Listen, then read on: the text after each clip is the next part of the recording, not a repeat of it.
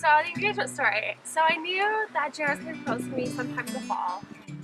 I didn't really know when, but we had talked about going to an apple orchard because he had been asking me to take him to one the entire 4 years that we were at college. I told Amanda, I was like, hey, we'd love to go to the apple orchard, so how about you just plan a date for us to go to the apple orchard? And so she basically planned her own engagement type of thing. And the closer to the time that we were going to go to the apple orchard, I had a sneaky feeling that he was going to propose to me. And he found out that I kind of knew that he was going to propose on that day, so he had to set a decoy date.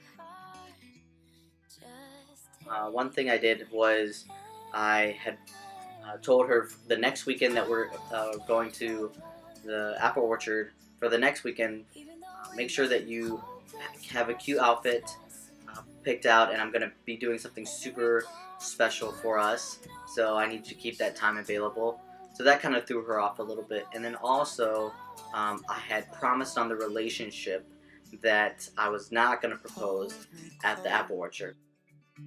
So we go to the apple orchard. I'm feeling really calm about things. I don't think anything's going to happen. Throughout the day, I really wanted to go to the apple orchard first so we could pick apples and then do other things after that. But he's very insistent that we have donuts and cider first, then we went to the pumpkin patch, then we went to the corn maze, and I was like, whatever. So after we finished all of that stuff, he took me to the apple orchard, and there's a ton of rows, and we're walking, and he's like, oh, like, this row up here looks good, and I'm like, how do you know that? Like, you've never been here before. So I was like, whatever, I didn't say anything, I just kind of let it go. So he took me down the row, and there's this huge stump there, and he was like, let's take a picture. And so we set our stuff on the stump and set the camera up, and that's nothing out of the ordinary because it's something we would do normally. And so I went to go put my hand on his chest, and his heart was pounding so fast. And I looked at him, I was like, what is wrong with you? And he was just like, oh, you know, I just had some coffee in my system. And I was like, okay, like that was weird, but whatever.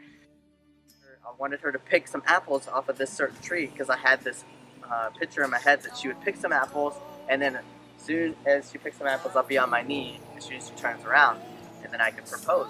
And this is the point in time where like I knew it was happening.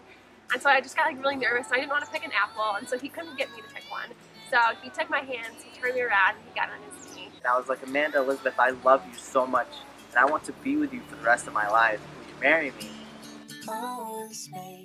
I said yes, and then we had photographers standing in the trees, and they like came out, took our pictures. At this point, I didn't think anyone knew, so I was really eager to get back home to my family. Well, he had dinner planned, so we got some dinner, and at this point in time, it came out really quickly, so I'm really excited. He cut to a stall because he had something planned for me when I got home. So we got back to my parents' house, and I had a bag of donuts in my hand, and like I had my ring sitting out, and I was gonna like show it to them. So we come down the basement, and 35 of our family friends are there, and they yell surprise. At this point, I drop the bag of donuts, I start crying. But it was just really great to have people who love and support us in our marriage, just to be there with us. So we just kind of hung out, and that was just the part of the engagement story. And it was just something that I will never forget. And especially coming down the stairs and looking around the corner, everyone standing there, it was just a big memory and something that we both will treasure for the rest of our lives. Hold it tight. I've been